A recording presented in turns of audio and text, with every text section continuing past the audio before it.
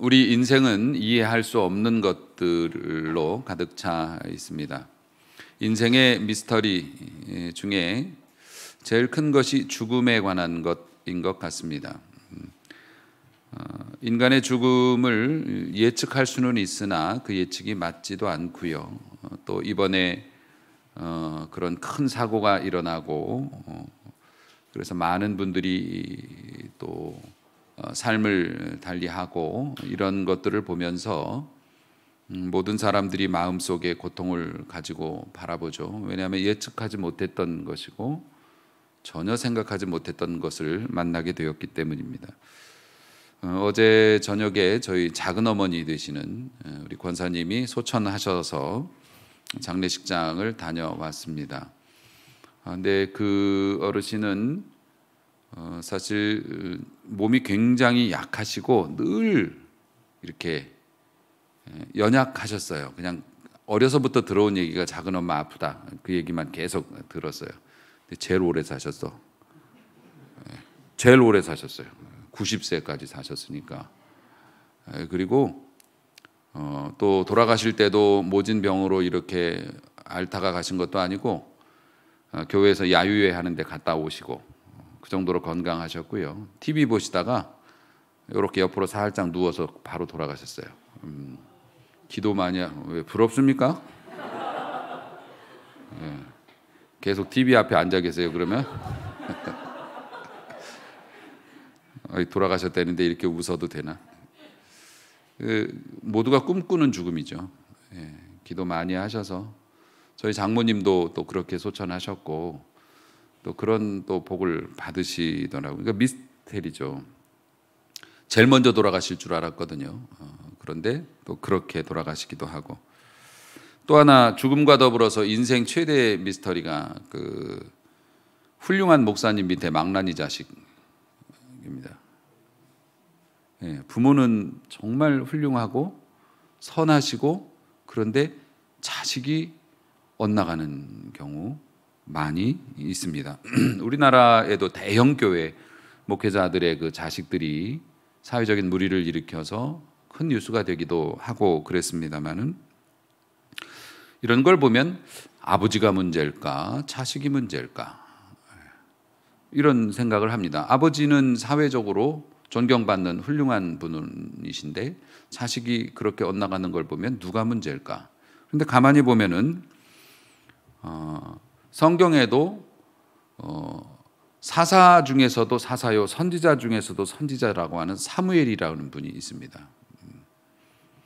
그런데 이 사무엘상에 보면은요 그의 아들들이 자기 아버지의 행위를 따르지 아니하고 이익을 따라 뇌물을 받고 판결을 굽게 하니라. 자식들은 옛날에는 이 사사 혹은 제사장 선지자의 직분을 가진 사람들은 세습을 했고 아들에게 그 직분을 물려줬고 이 사람들이 재판의 역할까지 했습니다. 사사가 재판장의 역할까지 했기 때문에 그런데 이 아들들이 돈을 받아먹고 재판을 결과를 뒤바꾸는 그런 일을 했다는 겁니다. 누가요? 천하의 그 사무엘 선지자의 자식들이 아들 둘이 있었는데 그 아들들이 그랬다고 웬만해선 성경에 기록이 안 되는데 성경에 아주 분명하게 기록이 되어져 있습니다. 그런데 또 반대로 사울 임금 같은 경우에는 하나님의 뜻을 벗어나서 정말 망나니처럼 살았고 죽을 때도 그렇게 비참하게 죽었습니다만 그런데 그 사울 같은 아버지 밑에서 요나단 같은 신실한 자식이 나온단 말입니다. 그런 거를 보면 인생이 미스테리라고 안 할 수가 없는 것입니다.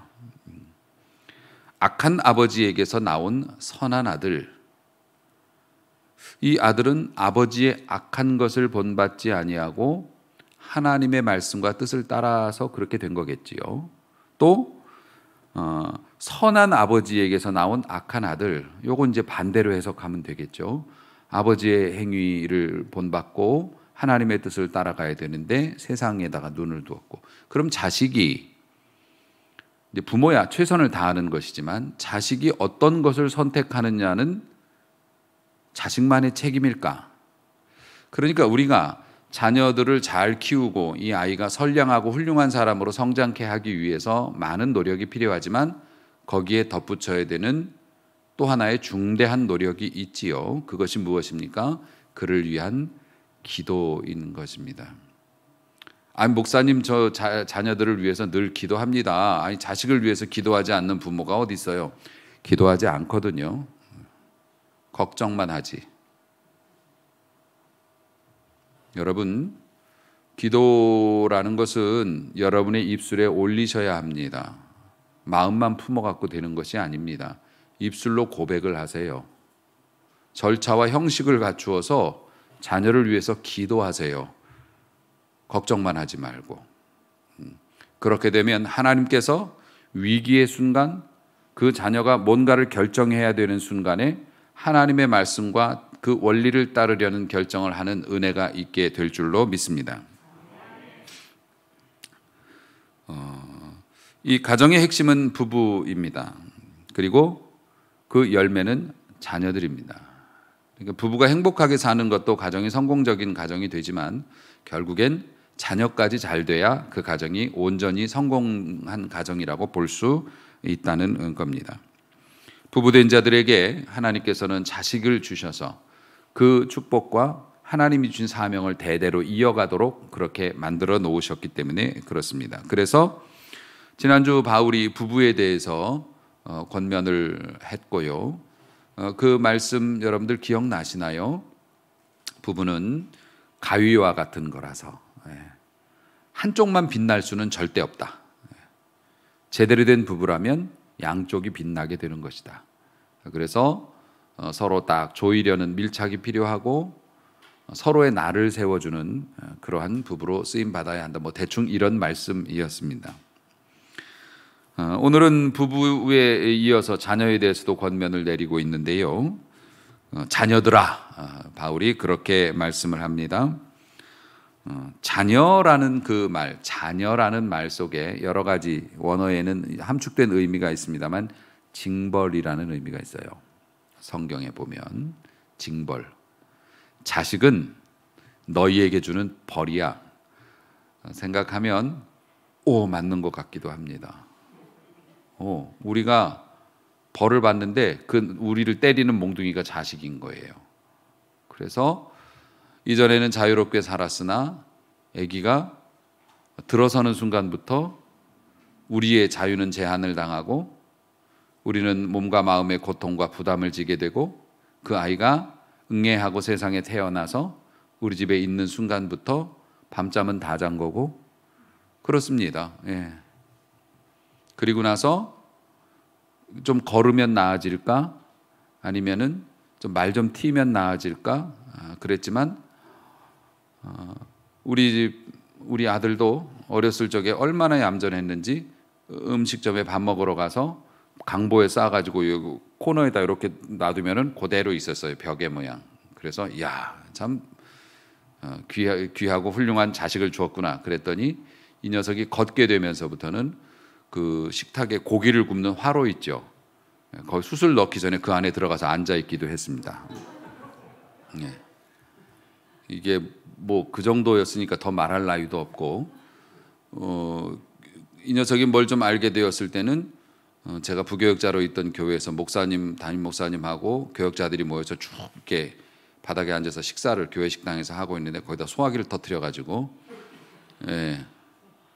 그런데 지금 이제 성인이 되어서 얘기를 이제 하더라고요. 사실 그거 내가 터뜨린 거 아니라고. 내가 가서 꼭 그 교회 가서 해명할 거라고. 근데 어쨌든 그러니까 이 하나님께서 자식을 주시면서 징벌로 주셨어요. 그건 맞는 얘기입니다. 왜냐하면 하와에게 하나님께서 야단을 치시면서 배가 아파서 고통 중에 자식을 낳고 남편도 그렇습니다만 자식도 부부의 삶에 순탄하지만은 않을 것이다. 하나님께서 주신 자연과 만물도 원래는 부드럽고 좋은 것으로 주었지만은 죄를 짓고 난 이후에는 억세져 가지고 그들에게 고통을 주었듯이 자식도 그렇다. 그런데 징벌의 의미가 있기도 하지만 시편 127편 3절에 보면 보라 자식들은 여호와의 기업이요 우리에게 주신 자산이라는 겁니다. 태의 열매는 그의 상급이로다. 상으로 받는 것이랍니다. 그러니까 이게 배치가 되는 거죠. 징벌로도 주셨지만 그 자식을 간단하게 설명을 하면 하나님께서 징벌의 의미로도 자식에게 그런 의미를 주셨지만 하나님께서 주신 그 자식을 믿음으로 잘 섬기고 양육하면 그것이 너에게 상으로 바뀌게 될 것이다. 아멘. 아멘. 그것이 너에게 주는 최고의 상으로 바뀔 수도 있으니까 그 상으로 바꾸는 건 누구의 책임? 부모의 책임이다. 그러니까 자식이 징벌인지 자식이 상급인지 그거는 부모가 할 탓이다. 그렇기 때문에 부모는 또 자식은 서로 이렇게 살아야 한다 하면서 말씀을 주셨다는 겁니다. 여러분의 자녀가 징벌이 아닌 상급임을 증명하는 자랑스러운 부모가 되시길 주의 이름으로 축복합니다. 아이고 목사님 그런 거 가르쳐주는 학원이 있으면 참 좋겠네요. 가서 좀 배우게. 그래서 어떻게 할까요? 내 자식이 징벌이 아닌 상급으로 변하게 하려면 벌써 이미 늦은 것 같은데요, 목사님. 아니요, 늦지 않았습니다. 어거스틴의 어머니를 보십시오. 그가 장성하에서도 사생아를 낳을 때까지 그렇게 난리를 치고 돌아다녔는데 어머니의 기도는 그를 성자로 만들었습니다. 여러분 말씀드렸지요. 인간의 삶의 자식이 어느 방향을 선택할 건지, 말씀을 선택할 건지, 가까이에는 악을 선택할 건지를 누가 결정시킨다고요? 부모는 노력하지만 결국 결정은 자식이 하는데 그 마음을 움직일 수 있는 건 기도다. 그러니까 여러분 내 자식이 징벌이 아닌 상급이 되기 원합니다 라고 말하세요. 하나님 앞에 말을 하시라고요. 그렇게 읊조리며 기도하세요. 그것을 자주 하세요. 여러 번 하세요. 저는 제가 분명한 목표로 삼았던 기도, 그리고 제가 입술로 그렇게 늘 꾸준히 했던 기도가 이루어지지 않은 것이 없습니다. 아멘을 잊은 성도여. 믿기지가 않는가? 물론 뭐 그냥 하나님 뭐 우리 교회가 막 엄청나게 커졌으면 좋겠어요. 뭐 그렇게 부흥을 원하긴 했지만은 뭐 그렇게 기도했던 적은 없었던 것 같아요. 교회 같은 교회가 되기를 해달라고. 그러니까 기도라는 게 무조건 뭐 좋은 말만 주워 섬긴다고 기도가 아니지 않습니까? 내 마음 속에서 이렇게 짜서 나오는 것이 하나님 앞에 애통한 마음으로 전달이 돼야지, 간절한 마음으로 전달이 돼야 그게 기도인 거지. 뭐 남북 통일되게 해주시고 무슨 뭐 그런다고 그런 식으로 막 갖다가 대는 것이 기도는 아니니까요. 자, 여러분, 그래서 하나님 앞에 여러분의 자녀가 상급으로 쓰임을 받아야 하는데, 근데 바울이 오늘 본문의 말씀을 보면 자녀들에게 먼저 당부와 부탁을 하고 있어요. 주 안에서 너희 부모에게 순종하라, 이것이 옳으니라, 이렇게 말씀합니다. 그리고 아버지 어머니 공경하고, 이것이 약속이 보증되어져 있는 첫 계명이니까 이로써 이거 하면은 네가 잘 될 뿐만 아니라 장수할 것이다. 이제 이 말씀을 어버이 주일 뭐 많이 이 말씀 우리가 듣죠. 일단은 부모에게 순종하라 말씀합니다. 왜냐하면은 아담과 하와가 영과 육의 부모이신 하나님께 불순종함으로 이 난리가 났기 때문에 일단 인간이 행복하려면 부모에게 순종해야 한다. 사람이 네가 잘 살고 싶으면, 성공적인 인생을 살고 싶다면 부모에게 순종하는 것이 첫걸음이다라고 가르치고 있습니다. 또 보이는 부모에게 순종하는 것이 보이지 않는 하나님께 순종하는 것에 대한 또 첫걸음이기도 하고 그렇다는 것입니다. 순종이라는 것은 복종하고 따른다는 건데 복종의 의미가 또 있습니다. 성경에서 순종의 의미, 복종의 의미가 잘 듣는다는 의미가 있습니다. 그러니까 우리가 순종하기 위해서는 어떻게 해야 합니까? 잘 들어야 합니다. 아담과 하와에서 하와가 범죄하게 될 때 하나님의 말씀을 잘 듣지 않았기 때문에 범죄를 했던 겁니다. 들었는데요? 아니지요. 마음에 새겨 들었어야죠. 이러고 들으니까 이게 생겼을 때 하나님의 말씀이 무겁게 다가오지 못했고 그래서 범죄를 하게 된 것입니다. 그래서 자녀들에게 부모에게 순종하기 위한 조건으로 잘 들어라. 잘 듣는 것이 중요하다. 부모의 말을 무겁게 들어라 라고 자녀들에게 당부하고 있는 겁니다. 이것이 옳다라는 것이 이것이 합당하다 혹은 이 옳다라는 말에 거룩이라는 의미도 들어 있습니다. 이것이 거룩한 일이니라. 자식이 힘이 없는 부모 또 약간 이치에 어긋났더라도 부모님이 하시는 말씀을 잘 들으려고 애를 쓰는 것이 거룩한 일이니라. 옳은 일이니라. 이렇게 말씀합니다. 아유 우리 새끼들이 와서 들었어야 되는데 요즘 애들이 교회를 안 나와 그러지 마시고 여러분들도 아직도 부모님이 계신 분도 계실 거고요. 그럼 잘 안 듣습니다. 근데 그럴 만도 합니다. 하도 말씀을 많이 하시니까 새겨 듣기가 어려운 부분도 있긴 합니다. 또 이치에 맞지 않는 말씀으로 고집을 부리실 때도 새겨 듣기 어렵기도 합니다. 하지만 혹시라도 그런 일이 있다면 오늘 들은 말씀이 여러분에게 은혜가 되어서 그래 조금 더 들어드리자, 맞장구 쳐드리자, 들어드려서 마음이라도 편하게 해드리자라고 하는 그런 것이 있다면 여러분의 인생이 행복해지게 된다고 성경이 말씀하고 있습니다. 이것이 옳다라는 말이 그렇습니다. 부모에게 순종하는 것, 부모의 말씀을 잘 새겨 듣는 것, 이것이 옳은 일이고 이것이 거룩한 일이다. 그리고 네 부모를 공경하라 라는 말씀은 영광과 명예를 돌리라라는 뜻입니다. 공경이 하면은 우리가 용돈을 드리거나 춥지 않게 덥지 않게 해드리는 것으로만 생각하는데 영광과 명예를 돌리라는 겁니다. 결국 부모가 자식 자랑할 수 있게 살으라는 겁니다. 자식 자랑할 수 있게 살라는 겁니다. 대학 졸업식에 가면은 그 우리나라는 항상 그렇잖아요. 어머니 아버지한테 이게 모자 씌워드리지 않습니까? 또 기쁨과 자부심으로 그 모자를 또 받고 그렇습니다. 또 부모님에게 꽃을 이렇게 자기가 받은 꽃을 전달해드리죠. 이게 뭡니까? 오늘의 이 영광을 부모님께 돌립니다. 그 맛에 등록금 되는 거죠. 뭐 그거 한번 해보려고 내가 자식을 이렇게 키웠다. 그래서 대학 졸업까지 이렇게 시켰다. 이제 그거 한번 해보려고 정말 멋진 모습이죠. 부모를 그것이 공경하는 것이라는 겁니다. 그래서 부모에게 먹을 것 대어주고 뭐 불편하지 않은 삶을 살게 해주는 것도 중요하지만 부모님이 어디 나가서 자식 자랑하게 그렇게 살아가는 것. 그래서 항상 부모님이 자식 자랑을 할 수 있는 자식으로 살아가는 것. 이것이 부모를 공경하는 것이라는 성경적인 의미입니다.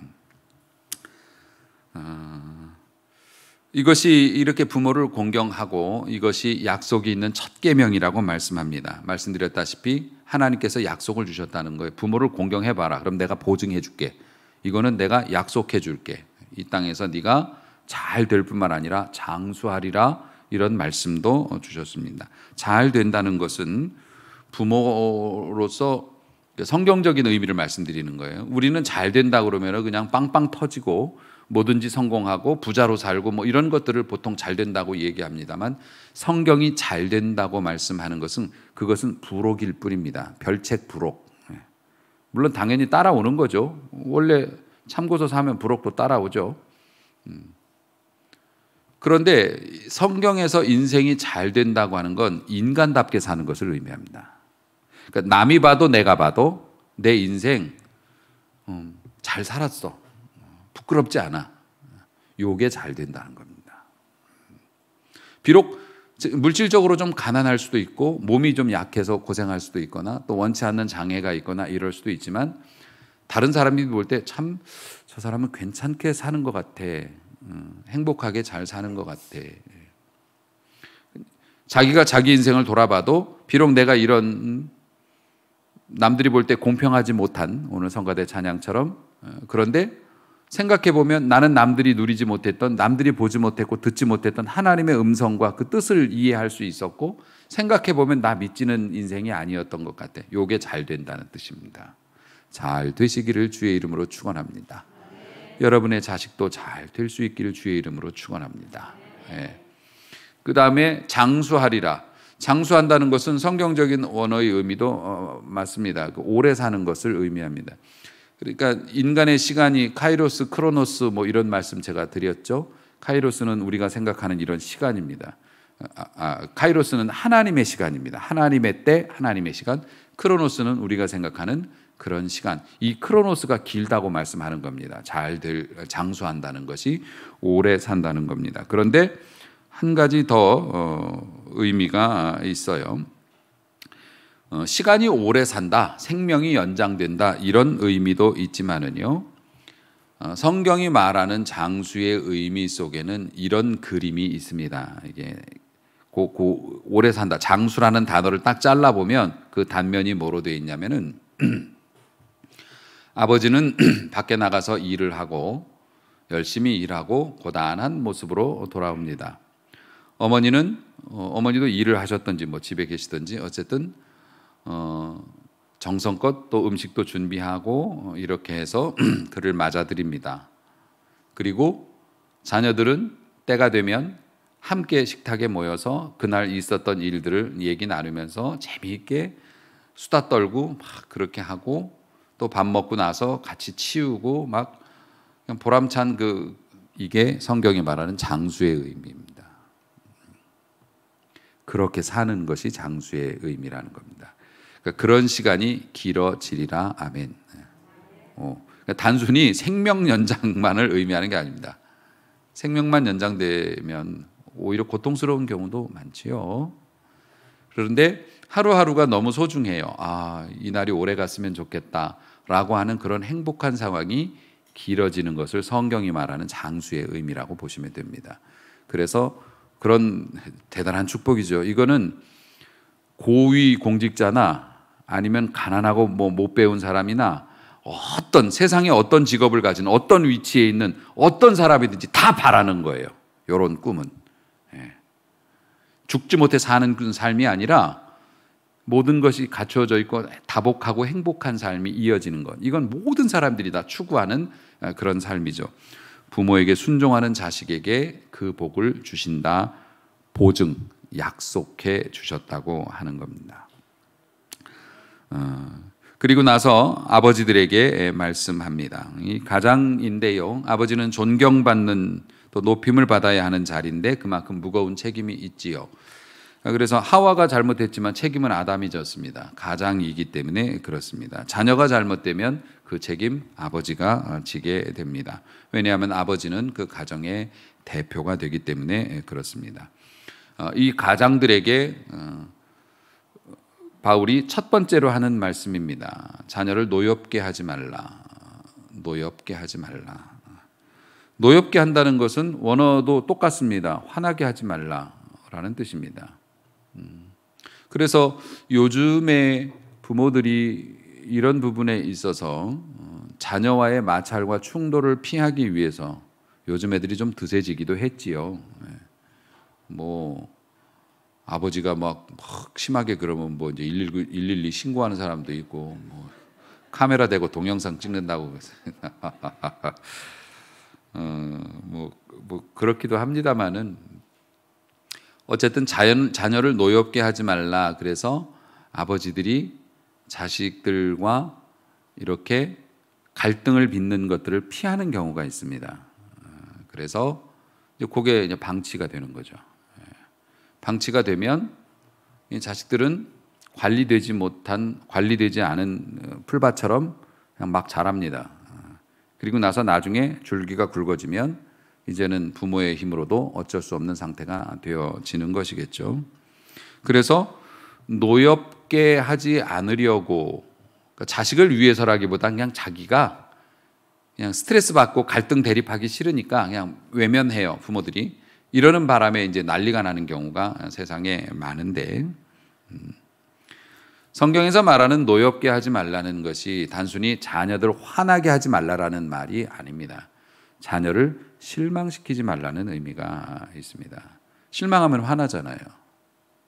그러니까 큰 소리 치거나 매를 들거나 해서 화나게 하지 말라는 말이 아니라 사실 정당한 이유로 매를 들면, 요즘에는 신고하겠지만 옛날에는 정당한 이유로 맞으면 맞는 사람도 뭡니까? 내가 맞을 짓을 했어. 이렇게 생각을 하죠. 그런데 정당하지 못한 이유로 매를 들면 내가 폭력을 당했어 라고 생각을 할 거 아닙니까? 그러니까 자녀들에게 실망, 이해되어지지 않는 행동을 하지 말라. 아버지들아, 또 부모에게 말씀하는 거죠. 이런 아버지 있습니다. 말은 옳게 하는데 행동이 그릇됐어요. 그런 아버지들 있잖아요. 말은 옳은 말을 하는데 아버지가 하는 행동을 보면 이상해. 그러면 아버지를 자식은 위선자라고 생각을 하죠. 우리 아버지는 위선이 있어. 그래서 사모님들이 이불을 싸가지고서 강단에서 살고 싶다고. 내 남편은 강단에서 말할 때 보면은 그렇게 온화하고 친절하고 옳은 말만 하는데 집에 들어오면 정 딴판이니까 나 강단에서 이불 싸들고 올라와서 여기서 살래요. 뭐 이러는 분도 있다는 건데, 그러니까 위선이지 않습니까? 위선. 그 아버지의 위선을 보며 자식은 속상하지요. 속상하고 그 자식이 어긋나게 되죠. 순종할 수가 없으니까. 그런데 어떤 아버지는 또 이렇습니다. 말도 틀려먹게 하고 행동도 틀려먹게 해. 그런 아버지도 있습니다. 말도 이상하게 하고 행동도 이상해. 그러면은 자식이 어느 정도 머리 크면 어떻게 되냐면 아버지를 무시합니다. 우리 아버지는 저런 분이야. 신경 쓰지 마. 우리끼리 사는 거야. 이렇게 되는 겁니다. 그러니까 아버지가 퇴근했는데 모든 가족들이 갑자기 사람을 본 바퀴벌레처럼 막 흩어져가지고 자기 방으로 들어가면 생각해 봐야 합니다. 저놈들이 나를 무시한다고만 생각하지 말고 자식이 자기를 무시하는 것 같으면 자기를 보라는 거예요. 혹시 내가 말도 그릇되게 하고 행동도 그릇되게 하는 것은 아닌지. 아버지가 무섭습니다. 가혹하게 행동합니다. 그런 아버지들도 있죠. 폭력적이고, 그 다음에 자식이 그렇지 않습니까? 보통은 애가 어디 간다 그러면 막 태워다 주려고 그러죠. 자기가 시간이 되면 최대한 태워다 주려고 그러고, 안 들어오면은 내가 태우러 갈게 막 이렇게 복가치는 것이 보통 부모님들 아닙니까? 강하게 키워야 돼. 알아서 와. 넌 뭐 발이 없어? 뭐가 없어? 그냥 알아서 와. 근데 아버지는 가만히 보면 집에 가만히 있는단 말이에요. 뭐 이런 모습이라든가, 그러니까 아버지가, 부모가 나를 살갑게 이렇게 대해주지 않고 너무 냉정하게 차갑게 대한다. 혹은 화가 났다고 해서 엄청난 욕을 하든지 막 폭력을 쓰고 때려부수고 이런 거 보면은 혐오합니다. 아버지를 혐오하게 되죠. 아버지가 가정에 무관심해요. 뭐가 됐던, 내가 무슨 뭐 술 먹던 담배를 피던 뭐. 근데 아버지가 이제 걱정하면서 건강 생각해서 줄여라라는 말도 있지만, 뭐 그렇게 생각할 수도 있지만 아버지가 그냥 무시하는 것 같아. 예. 새벽에 들어왔는데 일찍 일어났네 뭐 이러고 이러면 내가 들어왔는지 안 들어왔는지도 몰라. 그 자녀에게 무관심하면 자녀들은 탈선하죠. 아버지가 무관심하면 탈선합니다. 또 이런 거 있습니다. 자녀를 화나게 하는 거. 편해. 비교해서 여기까지만 하겠습니다. 뭐 더 말하면 또 막장 되니까. 자식을 편애하는 거 있으면 자신감을 잃고 주눅이 들어서 이 자식이 올바른 길로 가기 어렵습니다. 결국 자식이 올바른 길로 가지 않는다는 건 부모를 공경할 수 없다는 것이고, 부모를 공경하지 않는 것은 약속이 있는 이 첫 계명을 누릴 수 없다는 것이기 때문에, 그래서 네가 자식 생각한다면 자식에게 실망을 주지 말아라 라고 명령하고 있다는 겁니다. 그러니까 자녀를 노엽게 하지 말고, 오직 다른 건 다 필요 없다는 건 아니지만 제일 중요한 건 이거다. 주의 교훈과 훈계로 양육하라. 아멘. 기독교적인 원리를 따라서 자녀를 섬겨라. 주의 훈계가 뭡니까? 주의 교훈과 훈계가 뭡니까? 하나님의 말씀이죠. 하나님의 말씀의 원리를 따라 자녀를 섬겨야 한다. 그런데 여러분, 교육에 있어서 최고의 비결은 뭡니까? 모범을 보이는 것이죠. 먼저 본을 보이는 겁니다. 선생님이 풀지 못하는 문제를 학생한테 풀으라고 가르친다는 건 있을 수 없는 것이죠. 그러니까 주의 교훈과 훈계로 양육하는 최고의 비결은 내가 주의 교훈과 훈계를 따라 사는 삶으로 그런 삶이라는 것을 보여주는 것.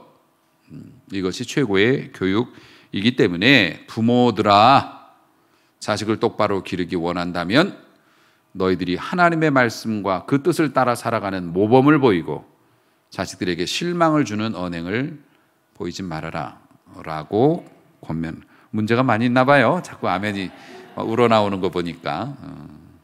우리 모두가 꿈꾸는 모습이긴 하지만 또 우리 모두가 아쉬운 부분이기도 합니다.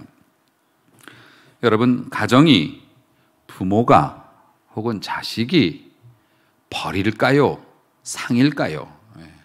그것은 우리가 선택할 수 있다고 저는 믿습니다. 그리고 자녀가 엇나가는 것, 또 이런 것들에 대해서 우리가 영향을 줄 수 있는 최고의 비결은 하나님의 뜻을 따라 기도하고 좀 두렵고 마음에 안 들어도 하나님의 뜻을 따라 자식을 섬기는 것. 이것이 가장 최고의 비결이라고 우리는 배우고 있습니다. 어린 자녀들은 이곳에 지금 있지 않고 같이 듣지 않으니까 여러분의 젊거나 어린 자녀들이 이 말씀을 꼭 들었으면 좋겠다. 유튜브로 너 오늘 목사님 저 설교 또 너한테 하더라. 한번 들어봐라. 듣지도 않고 깨닫지도 않을 줄로 믿습니다. 맥없는 소리입니다. 예. 그렇게 해서 듣게 되는 설교가 무슨 은혜가 되겠습니까? 엄마가 그 설교를 이용해서 나를 잡으려 하는구나. 뭐 딱 애들도 눈치가 있는데, 이 설교는 자식을 향한 설교가 아니라 듣는 우리를 향한 설교입니다. 내 자식이 부모인 우리를 잘 공경하는 자식이 되면 이런 축복을 받는다고 하는데, 잘 되고 장수할 거라고 하는데, 그러면은 내 자식이 잘 되게 하기 위해서 내가 그를 위해서 입술을 열어서 기도하고, 그리고 내가 먼저 그 자녀에게 실망을 주지 않는 부모가 되기 위해서 성경적인 원리를 따라 살아봐야겠다. 지금이라도. 예. 어거스틴의 어머니 모니카는 지금도 우리에게 이야기합니다. 늦지 않았어요라고. 예. 늦지 않았어요라고. 기도하는 부모가 되시길 주의 이름으로 축원합니다. 그리고 아직도 우리에게 조금의 시간이 남아 있다면, 기회가 있다면, 우리 부모님이 계시다면 성경대로 부모를 섬기는 귀한 자녀가 되어서 내가 복을 받으면 어떻게 됩니까? 내 자식도 또 복을 받으니까. 그런 아름답게 회복되어지는 가정과 부모 자식이 될 수 있기를 원하고, 이것은 곧 또 영적으로 교회 안에서도 똑같이 통용되어지는 일이기 때문에 교회 안에서도 가정에서도 그런 거룩하고 복된 은혜와 축복이 넘쳐나는 귀한 성도의 삶을 사시기를 주의 이름으로 축원합니다. 기도하겠습니다.